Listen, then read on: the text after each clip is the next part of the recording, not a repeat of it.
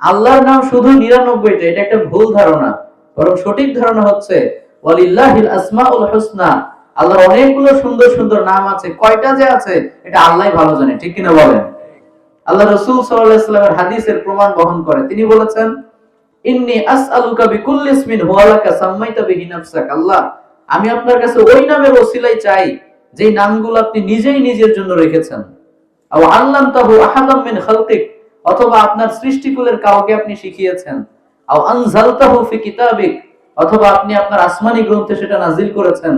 আও ইস্তাসারতা বিহি ফি ইলমিল গায়বি ইনদাক, অথবা ওই নামের ওসিলাতেও আমি আপনার কাছে প্রার্থনা করি যেই নামটা হয়তোবা আপনি নিজের জন্য প্রকাশ করেন নাই, আসমানি কিতাবেও নাজিল করেন নাই, কোন স্পেশাল বান্দাকেও আপনি শেখান নাই, জানান নাই, যেই নামটা আপনি শুধু নিজেই জানেন আর কেউ জানে না, ওই নামগুলোর ওসিলাতেও আমি আপনার কাছে দোয়া করি। সুবহানাল্লাহ পড়েন।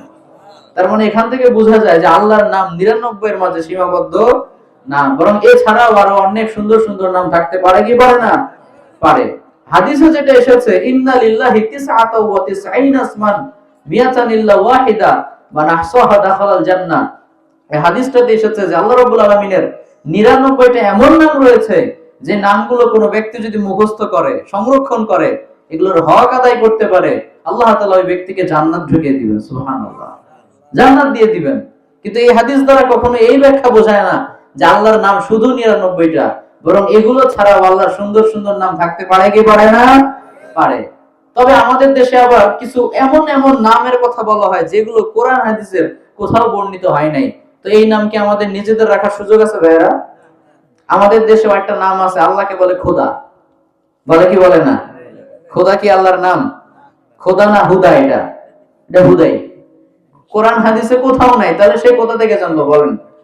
এজন্য আল্লাহকে খোদা বলা যাবে না। আল্লাহর এই যে এতগুলো সুন্দর সুন্দর নামের কথা কোরআনে এসেছে, হাদিসে এসেছে, কোথাও খোদা নামটা আসে নাই।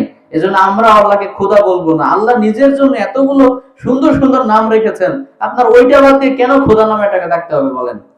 আল্লাহর নামটা কি আল্লাহ যেগুলো রেখেছেন ওগুলো আপনার ভালো লাগে না? আল্লাহর চাইতেও আপনি আল্লাহর জন্য সুন্দর নাম রাখবেন, এটা কি আমাদের দ্বারা সম্ভব? না।